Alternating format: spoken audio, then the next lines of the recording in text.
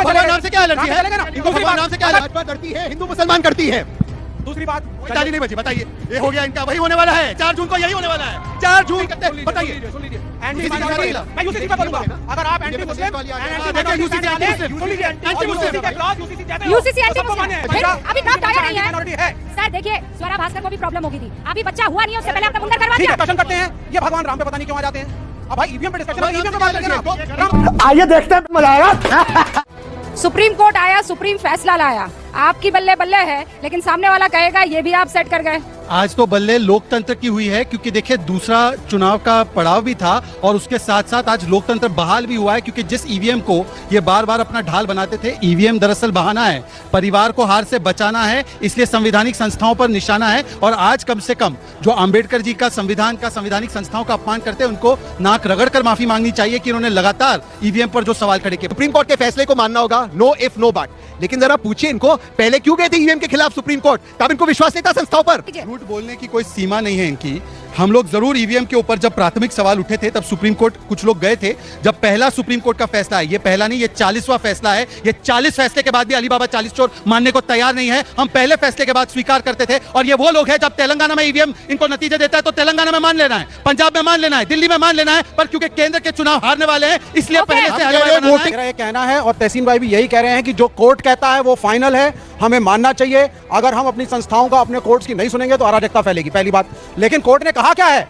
Court ने कोई clean chit नहीं दी है। कोर्ट ने कहा है it is statistically at this moment impossible कि आप वीवीपैट की सारी पर्चियों को निकाल करके उसका ऑडिट शुरू करें और मैचिंग कराएं उसकी ईवीएम के साथ। ये क्यों नहीं बता रहे हैं कि कोर्ट ने कहा है कि हर चीज पर अविश्वास नहीं, कब तक चलाएंगे आप? वो एक स्टेटमेंट है, उसको हम सिलेक्टिवली देख सकते हैं, लेकिन कोर्ट ने ऑथेंटिकेशन कोर्ट ने ये भी कहा है, नहीं कोर्ट ने ये भी कहा है कि जल्द से जल्द ऐसी टेक्नोलॉजी लाई जाए कि वीवीपैट की पर्चियों की काउंटिंग और ऑडिटिंग शुरू हो। ये तो होना ही चाहिए। अच्छा लेकिन मेरा सवाल, हम ईवीएम पे डिस्कशन करते हैं, ये भगवान राम पे पता नहीं क्यों आ जाते हैं। अब भाई ईवीएम पे डिस्कशन है, ईवीएम पे बात करेंगे ना। भगवान नाम से क्या एलर्जी है?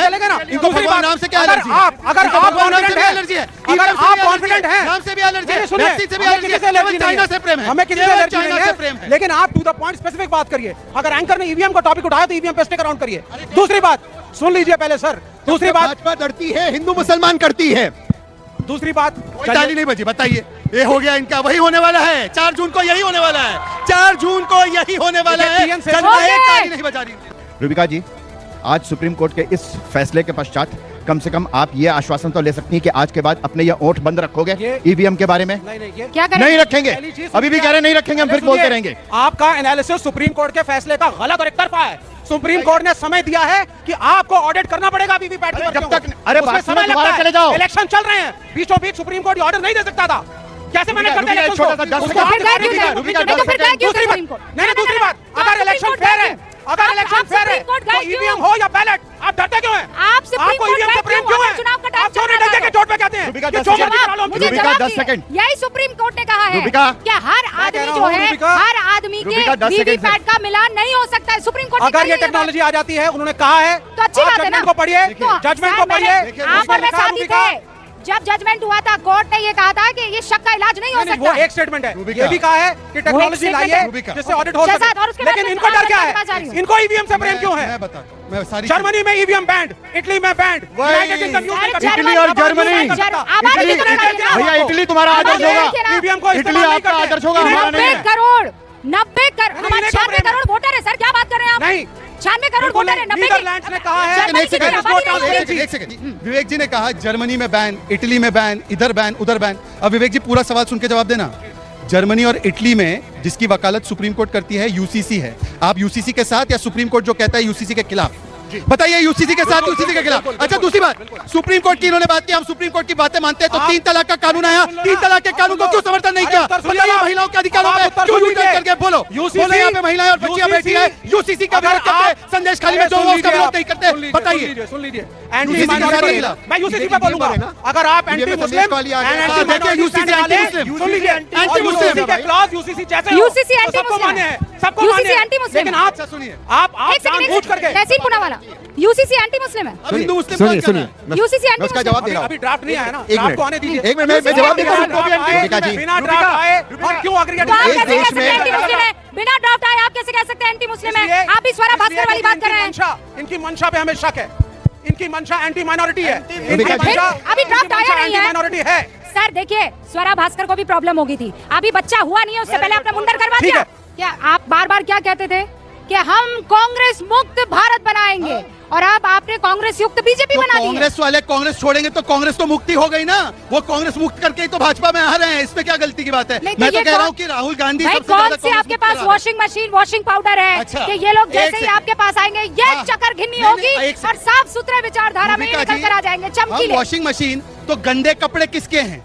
मतलब गंदे कपड़े ये लेके बैठे, इनको सुन गंदे लीजिए कपड़े अरे पहनने भाई, का सुन लीजिए शौक भाई। है। इनको अच्छा गंदे भाई कपड़े विवेक पहनने जी, का शौक मेरे में ये ताकत अजीत नहीं है, पवार आपको को ये ऐसे भी पहनते हैं। अच्छा सुनिए, अशोक चौहान को ये आखिरी कुछ पहनते हैं। मिनट, इतना आखिरी नाम कुछ दे दो मिनट, आखिरी कुछ मिनट, आखिरी कुछ मैं मिनट। केवल इतना पूछना चाह रहा हूँ, हमारी तो वॉशिंग मशीन है ना, इनकी ये दोनों की बंगाल में मोहब्बत और दोस्ती और केरल और वायनाड में कुश्ती चल रही है। केरल में बोल रहे हैं यहाँ से भागो, कांग्रेस पार्टी को डाइवर्ट किया गया और वहाँ पे बात करप्शन पे थी, बात करप्शन पे थी। Please, please, एक सेकंड चले गए इंडिया गठबंधन के कॉन्स्टिट्यूएंट मुद्दा जो अभी तक नहीं आया। आप बताइए भाई, करप्ट सुन लोगों लीजिए को ना, लेकर अरे भाई, के चीखना उनके बंद खिलाफ कीजिए। जो केसेस हैं क्यों ड्रॉप करती है एक तो ऐसा है, आप क्यों ड्रॉप करते एक हैं तो केसेस ऐसा है, को? कोई भी पॉलिटिशियन वामपंथी फाइनेंशियल और क्राइम कम्युनिस्ट- करके बीजेपी ज्वाइन करता है, केसेस ड्रॉप चलिए। होते हैं। क्यों ड्रॉप होते हैं आप आप ऐसा मेरे को है बताइए। जाकर सुप्रीम कोर्ट में और भरोसा है कि सुनिए, नहीं है? 2G supreme scam. कोर्ट में भरोसा है कि नहीं, नहीं नहीं, है? इस पर सुन लीजिए। जवाब लेने दीजिए। राहुल गांधी ने की है, आपके साथ आपके मुझे पास लग जो भी गया है, आता है खिलाफ आप FIR उनके क्यों नहीं हुई? केसेस देखिए, ड्रॉप कर देते हैं। जवाब मैं दीजिए। अपनी बात पूरी कर दूं। मैं कह रहा हूं कि इसी प्रकार की कुतर्कता और नकारात्मकता दिखाते दिखाते बंगाल से साफ हो गए, अब केरल से साफ होने वाले, जेएनयू के कैंटीन तक सीमित रहेंगे ये लोग।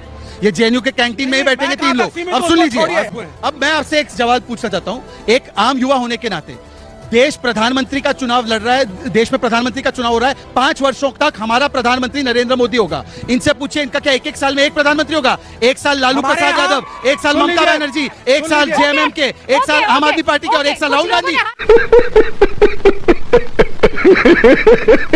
जय श्री राम दोस्तों, वेलकम टू माय डिबेट। आज की डिबेट वीडियो बहुत ही शानदार थी। आज की डिबेट वीडियो बीजेपी के प्रवक्ता शहजाद पूनावाला और कांग्रेस पार्टी के प्रवक्ताओं के बीच थी। इस डिबेट में कांग्रेस पार्टी के प्रवक्ताओं ने 2024 में चल रहे भारत में चुनाव को गलत बताया। उन्होंने ईवीएम मशीन से हो रहे चुनाव को गलत बताया। उन्होंने इटली और जर्मनी जैसे देशों का एग्जाम्पल देते हुए यह बताया कि उन देशों में ईवीएम मशीन बैन है। तो इसी बात का पलटवार करते हुए शहजाद पूनावाला ने कहा कि जर्मनी और इटली में तो यूसीसी कानून भी चल रहा है, लेकिन भारत में इनकी मान्यता नहीं है। तो यूसीसी के मामले में तो आप जर्मनी और इटली का एग्जाम्पल नहीं लेते, लेकिन जब बात ईवीएम मशीन की आती है तो इन देशों का आप एग्जाम्पल देने लग जाती है।